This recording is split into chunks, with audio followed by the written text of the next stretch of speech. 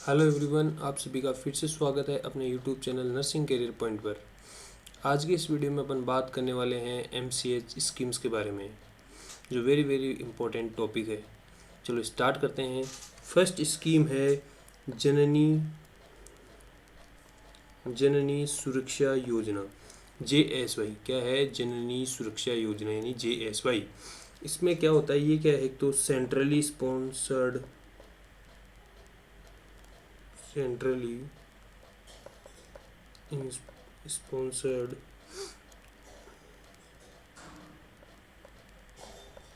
Scheme है, centrally sponsored scheme है। ठीक है।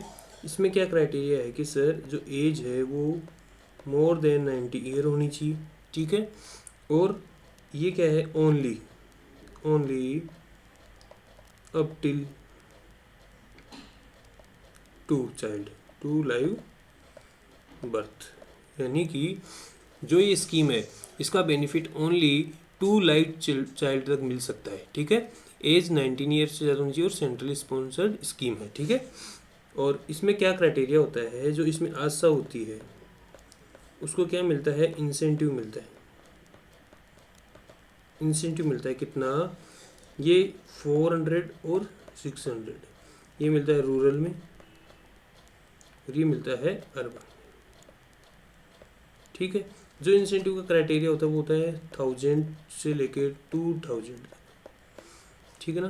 1000 से 2000 तक। ठीक है। अब जो अगर अर्बन में आशा को 400 मिल रहा है तो मदर्स को कितना मिलेगा? जो मदर है उसको मिलेगा 600। और अगर रूरल में 600 आशा को मिल रहा है तो मदर को कितना मिलेगा? 1400। ठीक है ना? ये किसका हो गया? ये हो गया मदर का। किसका हो गया? मदर का। ठीक है।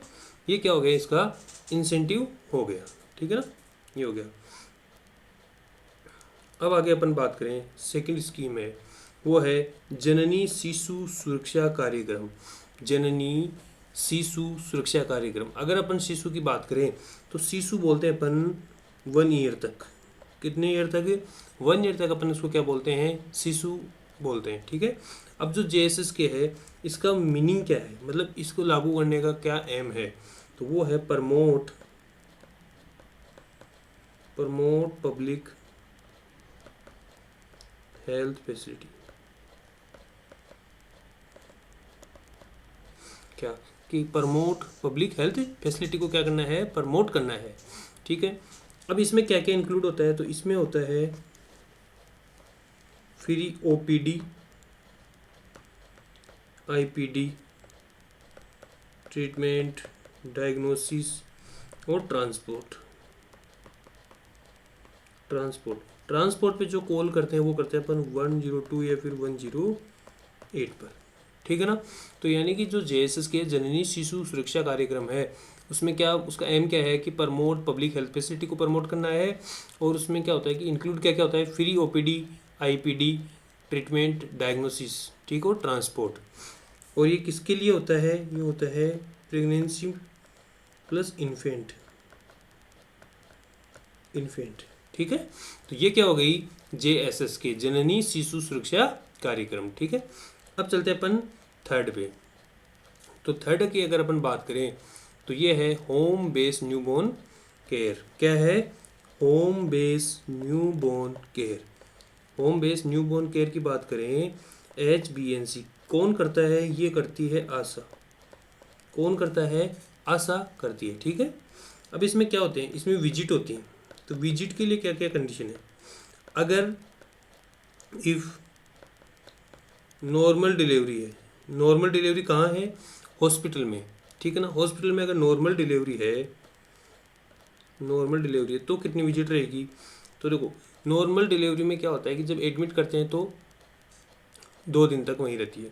तो जो 2 दिन तक तो जिनकी 0 डेज वाली तो वहीं विजिट हो जाएगी। फिर होगी घर पे आएगी तो 3, 7, 14, 21, 28, 42। ठीक है। ये विजिट हो गई। तो ये टोटल विजिट कितनी हुई? तो 6 विजिट। ठीक है ना? 6 विजिट। अब अपन बात करें कि अगर जो HBNC है उसमें आशा कितनी विजिट करेगी? अगर नॉर्मल डिलीवरी हुई है हॉस्पिटल में तो कितनी 6 विजिट होगी। कौन कौन से? 3rd डे, 7 डे, 14 डे, 21 और 28 और 42 डेज में। ठीक है, ये हो गई। अगर वो सीजेरियन हुआ है, क्या CS हुआ है, सीजेरियन सेक्शन हुआ है, तो इसमें और विजिट कम हो जाएगी। तो इसमें कौन कौन सी होगी? 7, 14, 21, 28 और 42, यानी कि ये हो गई 5 विजिट। कितनी हो गई? 5 विजिट। ये कितनी हो गई? 5 विजिट। ठीक है, अगर सिजेरियन सेक्शन हुआ है तो आशा कितनी विजिट करेगी? 5 विजिट। और अगर वो होम डिलीवरी है, होम डिलीवरी में कितनी विजिट होगी? 0, 3, 7, 14, 21, 28 और 42, यानी कि 7 विजिट। 7 विजिट। तो होम बेस अगर डिलीवरी है, यानी होम डिलीवरी हो रही है, तो 7 विजिट करेगी। 0, 3, 7, 14, 21, 28, 42। ठीक है, अब आशा विजिट क्यों कर रही है? तो इसका मतलब है कि ये मॉनिटर कर रही है। क्यों कर रही है? मॉनिटर क्या कर रही है? ये बेबी और मदर। तो बेबी को क्या मॉनिटर करेगी? उसका वेट, ग्रोथ और डेवलपमेंट। ठीक है ना, तो ये क्या क्या मॉनिटर करेगी? बेबी का वेट, ग्रोथ और डेवलपमेंट। ठीक है, ये हो गया। तो ये क्या थी? HBNC। क्या थी? HBNC। ठीक है ना। अब क्या है? नेक्स्ट है नवजात शिशु सुरक्षा कार्यक्रम, NSS के नवजात शिशु सुरक्षा कार्यक्रम। तो इसमें क्या है कि इसका क्या मतलब है कि टू इम्प्रूव क्या इम्प्रूव करना है कि टू इम्प्रूव, ठीक है, ट्रेनिंग ऑफ नर्स, डॉक्टर और हेल्थ वर्कर फॉर क्या? न्यूबॉर्न केयर के लिए। यानी कि जो NSS के है नवजात शिशु सुरक्षा कार्यक्रम है, इसका क्या है कि इम्प्रूव करना है क्या? कि जो हेल्थ वर्कर हैं, डॉक्टर है, स्टाफ नर्स है, हेल्थ केयर वर्कर है, इनको क्या न्यूबॉर्न केयर के बारे में क्या जो ट्रेनिंग देके इनकी नॉलेज है, केयर है, वो इम्प्रूव करनी है। ठीक है, उसके अंतर्गत किसके अंतर्गत? NSS की। ठीक है, ये हो गए। अब अगर बात करें अपन नेक्स्ट, तो नेक्स्ट क्या है? HBYC। अपन ने पढ़ी HBNC देखा पहले। अब क्या है? HBYC यानी कि home based care for young child. ठीक है, तो इसमें ये कौन करता है? तो ये भी आशा करती है। कौन करता है? आशा करेगी। ठीक है, विजिट कितनी होती है इसमें विजिट होती है 5। कितनी विजिट होती है? 5 विजिट होती है। अब जो ये 5 विजिट कर रही है वो कब करेगी? ये 3 मंथली करती है। 3 मंथली, यानी कि फर्स्ट विजिट होगी 3, फिर 6, फिर 9, 3 ये करेगी 3 मंथ, फिर 6 मंथ, फिर 9 मंथ, फिर 12 मंथ और फिर ये करेगी 15 मंथ। ठीक है ना, तो ये 3 मंथली विजिट करेगी। 3 मंथ, 6 मंथ, 9 मंथ, 12 मंथ और 15 मंथ। ठीक है, तो ये क्या हो गया? HBYC। ठीक है ना। अब है RBS की। RBS के क्या है? राष्ट्रीय बाल स्वास्थ्य कार्यक्रम। ठीक है, इसमें क्या होता है? इसमें एज ग्रुप पूछे अपने को। क्या? एज ग्रुप पूछे। क्या? Age group. तो एज ग्रुप क्या होगा? 0 to 18 ईयर। क्या होगा? 0 to 18 ईयर। और बॉयज एंड गर्ल्स दोनों होंगे। ठीक है, अब इसमें क्या आपने को याद रखना है? इसमें इम्पोर्टेंट जो है वो है 4D। क्या है? 4D। 4D का मतलब सबसे पहले मतलब है डिफेक्ट। क्या? डिफेक्ट। उसके बाद में है डिलेज। क्या है? डिलेज। फिर है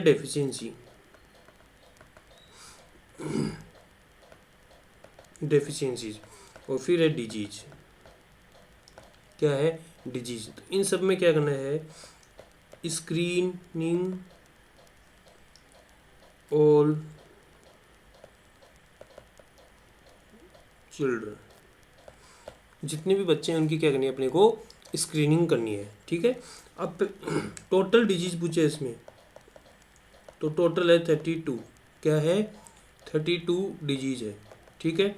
और अभी जो न्यू ऐड हुई है ना इसमें, क्या जो न्यू ऐड हुई है वो न्यू ऐड कौन कौन सी है, एक तो टीबी और एक लेप्रोसी, ठीक है ना। तो ये क्या हो गया, RBS के, ठीक है, राष्ट्रीय बाल स्वास्थ्य कार्यक्रम। फिर नेक्स्ट है RKS के, क्या RKS के यानी राष्ट्रीय किशोर स्वास्थ्य कार्यक्रम। अब बोलते हैं किशोर, किशोर किसको बोलते हैं, तो जो किशोर होता है वो होती है 11 to 19 ईयर, ठीक है। ये किसकी है, किशोर की एज है। तो इसमें अगर एज ग्रुप की बात करें तो ये होगा 11 to 19 ईयर, और बॉयज़ एंड गर्ल्स दो, ठीक है ना। ये क्या हो गया, एज ग्रुप हो गया। अब इसमें क्या होता है, इसमें करना क्या अपने को, जैसे काउंसलिंग कर दी, उसकी काउंसलिंग कर दी, ठीक है। जैसे जो IFA है, विप्स, वीकली आयरन फोलिक एसिड जो टेबलेट है उसमें IFA देते हैं अपन उसको, उसकी काउंसलिंग कर दी। तो इसमें क्या एक अप्रोच यूज़ की गई, कौन सी अप्रोच यूज़ की, जो अप्रोच है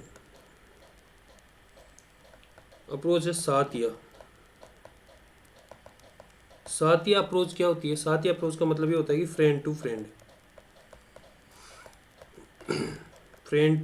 फ्रेंड, ठीक है।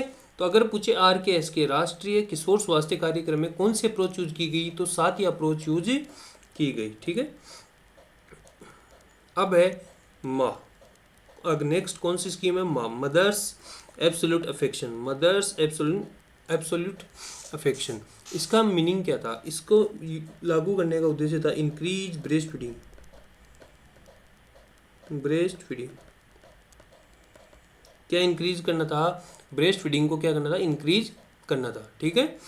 अब क्या हो गया कि ब्रेस्ट फीडिंग से स्टार्ट कब करेंगे, अगर नॉर्मल वेजाइनल डिलीवरी है तो विथ इन 1 आवर, ठीक है। और अगर वो सिजेरियन है तो विथ इन 4 आवर, ठीक है। अगर नॉर्मल है तो 1 आवर, और अगर सिजेरियन है तो 4 आवर। अब एक्सक्लूसिव ब्रेस्ट फीडिंग कब तक करवाते हैं अपन, 6 मंथ तक, ठीक है। और अगर वो पूछे मैक्सिमम मदर मिल्क तो वो होता है 4 to 6 मंथ पे, और कितना होगा 720 to 740 ml पर डे, ठीक है ना। ये हो गया, यानी कि अगर मैक्सिमम मदर मिल्क का प्रोडक्शन होता है वो 4 to 6 मंथ पे होता है, कितना 720 to 740 ml पर डे, ठीक है। अब अगर इसका IBQ पूछे तो ये इसका IBQ है, मदर्स एब्सोल्यूट अफेक्शन, ये इसका क्या है, IBQ है, ठीक है ना। ये होगा। अब अपन बात करते हैं PMSA, क्या PMSA यानी कि प्रधानमंत्री सुरक्षित मातृत्व अभियान, ठीक है ना। ये PMSA हो गया। अब PMSA की बात करें तो ये क्या करते क्यों हैं कि ANC स्क्रीनिंग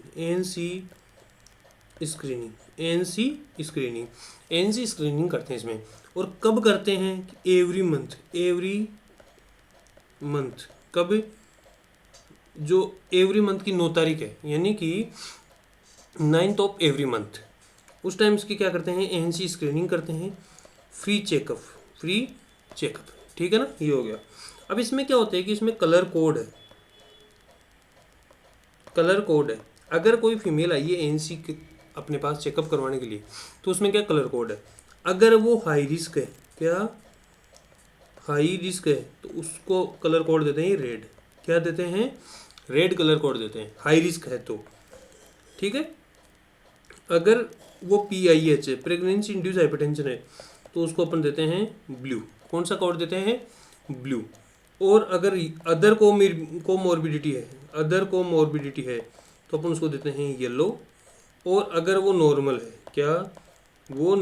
है, तो अपन उसको देते हैं ग्रीन, ठीक है ना, क्या है, ग्रीन। यानी कि अगर एएनसी स्क्रीनिंग कर रहे हैं और उसको हाई रिस्क है, अगर हाई रिस्क में काउंट हो रही है तो रेड में, पीआईएच है तो ब्लू, अदर कोमोर्बिडिटी है तो येलो, और नॉर्मल है तो ग्रीन। ठीक है, और जो इसकी इमेज है वो ये है। ठीक है, अब बात करते हैं सर सुमन की। क्या, सुमन यानी कि सुरक्षित मातृत्व आश्वासन।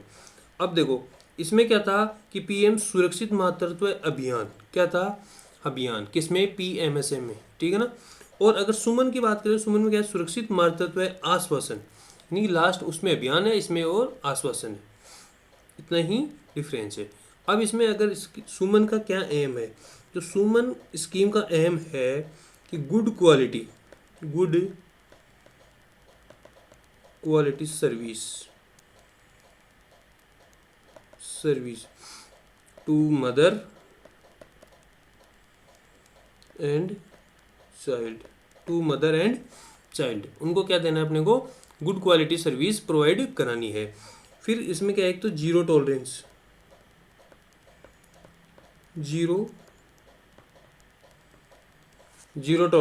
To denial service,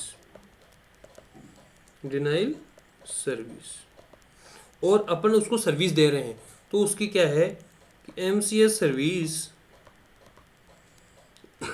with dignity and respect.